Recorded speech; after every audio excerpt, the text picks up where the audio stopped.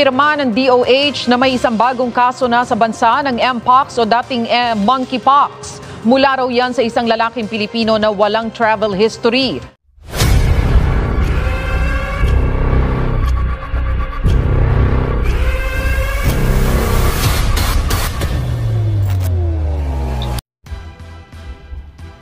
Mpox o dating mas kilala bilang monkeypox, isang uri ng nakamamatay na virus na nagkaroon ng highest alert level of international concern dahil sa dami na nga ng nasasawi at mabilis na pagkalat nito sa Africa at ngayon ay naitala na sa ating bansang Pilipinas.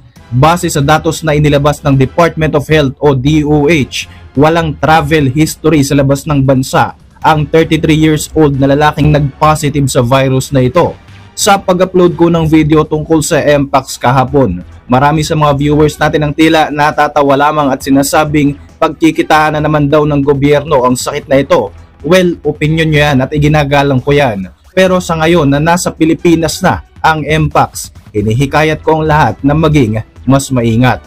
Ako po si Roy Zen, welcome sa Kien Thoughts. Kung hilig mo ang mga ganitong videos, mag-like at mag-subscribe para lagi kang updated sa mga susunod na upload.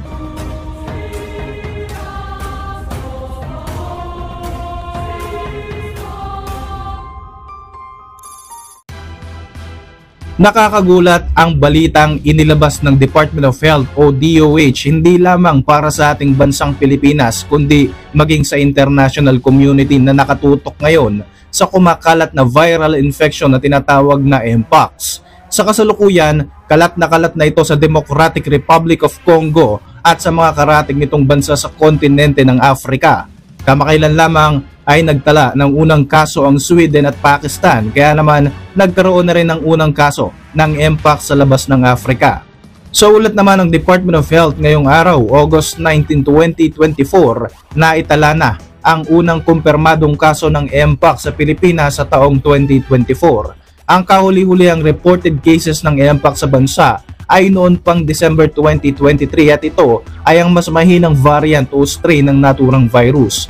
Ayon sa report, walang travel history sa labas ng bansa ang 33-year-old na pasyente. Ayon pa sa DOH, nagpakita ng mga sintomas ang lalaking ito halos isang linggo na ang nakalilipas. Nagkaroon ito ng lagnat at makalipas lamang ang 4 na araw ay nagsimula ng magkaroon ng mga rashes sa kanyang muka, likod, batok at maging sa mga palad at talampakan. Ayon sa report ng GMA News, napag-alaman na mayroong close intimate contact ang lalaking ito halos 3 linggo na ang nakakalipas bago pa lumabas ang mga sintomas. Ibig sabihin, nahawa lamang ang first confirmed case na ito sa ibang tao na nasa loob rin ng ating bansa. Wala tayong konkretong impormasyon kung saang lugar itong nag-positive na taong ito at kung sino-sino na nga ang kanyang nakasalamuha. Kanino nga ba niya ito nakuha at sino-sino na ang mga nahawahan sa kasalukuyan? Sa ngayon ay hindi pa kumpirmado kung anong variant ng Mpox ang tumama sa nasabing lalaki. Ito ba ay ang mas nakamamatay o ito yung strain na mahina lamang ang tama? Isa lamang ang sigurado, ngayon nakapasok na nga sa ating bansa ang delikadong virus na ito. Kailangan nating magdoble ingat mga kababayan. Ang lalaking nag-positive sa Mpox sa Pilipinas ay dinala na sa isang government hospital kung saan kinuhanan nito ng samples para mapag-aralan. Lumabas sa PCR test result ng lalaki na positibo ito sa Mpox viral DNA. Ayon kay Health Secretary Teodoro Herbosa, gagawin ng DOH na mas convenient ang testing process upang mas madaling ma-identify ang mga nagpositibo sa virus at maipatupad kaagad ang pag-quarantine sa mga ito.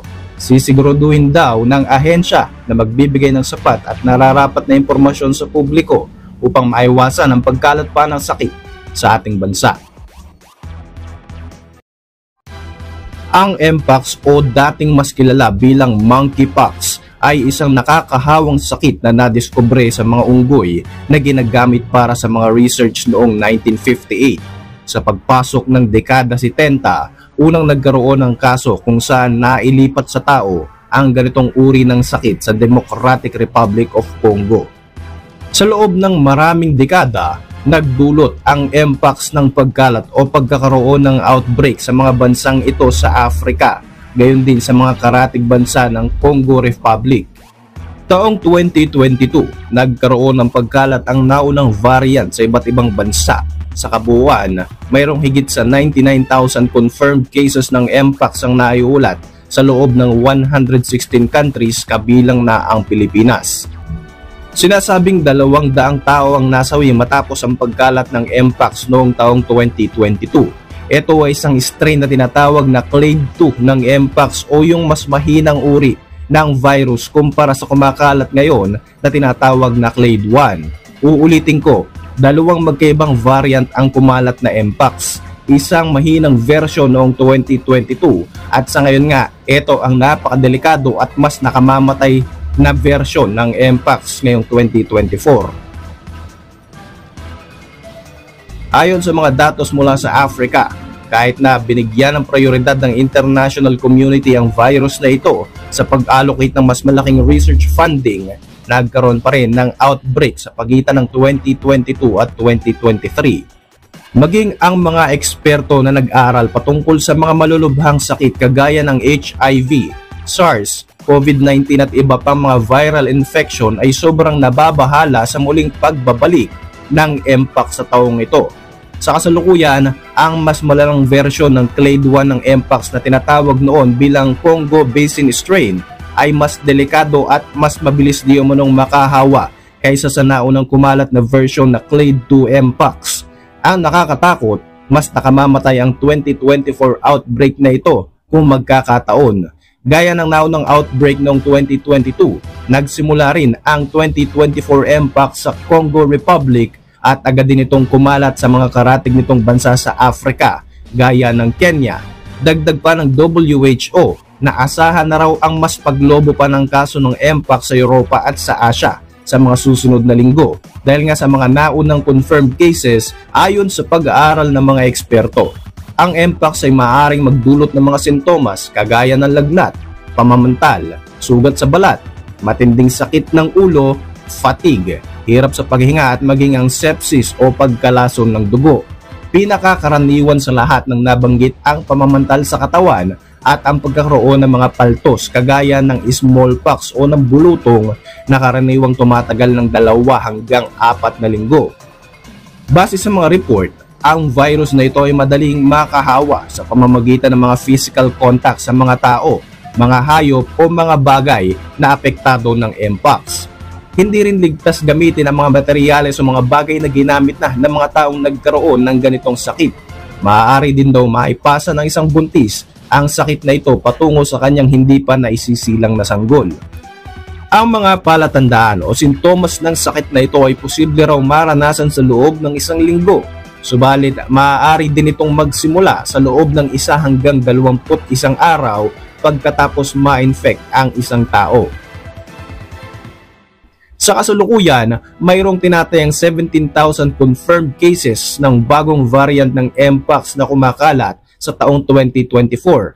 Sa loob lamang ng 1 buwan, nagkaroon ng 77% increase ang kaso ng mpox na ito noong June to July 2024. Ayon yan sa report ng WHO. Ang datos na ito ay higit na mas mataas kaysa sa naitala na 15,000 kaso ng mpox sa buong 2022 ng naunang variant. Tinatayang nasa 207 naman ang kumpirmadong nasawi dahil sa mahinang variant noong 2022. Pero sa variant ng 2024, higit 1,000 tao na kaagad ang namamatay at ang kalahati ng mga biktima ay kadalasang mga kabataan o mga matatanda na mahihina ang resistensya. Panawagan naman ng African CDC na iwasan muna ang pakikipagkita o pakikisalamuha sa mga posibleng infected na ng virus. Iwasan din ang makipagkita sa mga taong mayroong rashes, pimples, blisters at mga sakit sa balat. Huwag din daw hahawakan ng mga bagay na ginamit ng mga taong nagkaroon ng ganitong sakit. Dapat ay mas dalasan din daw ang paghuhugas at pagsanitize ng mga kamay. Sa pagdedeklara ng isang public health emergency of international concern, umaasa ang WHO at African CDC na mas mapapabilis sa magiging aksyon para sa paghatid ng mga bakuna laban sa Mpox sa apektadong mga bansa. Kapag nagkaroon di umano ng delay sa paglaban sa Mpox, malaki ang tsansa ng malawakang pagkalat nito hindi lamang sa Africa kundi maging sa buong mundo. Para sa inyong mga reaksyon, mag-iwan lamang ng komento sa ibaba ng video na ito. At para manatiling updated sa ating mga susunod na upload, siguruhin mag-subscribe, i-like mo na rin ang ating mga videos bilang suporta. Muli, ako po si Roy Z at maraming salamat sa patuloy na pagsubaybay sa ating channel.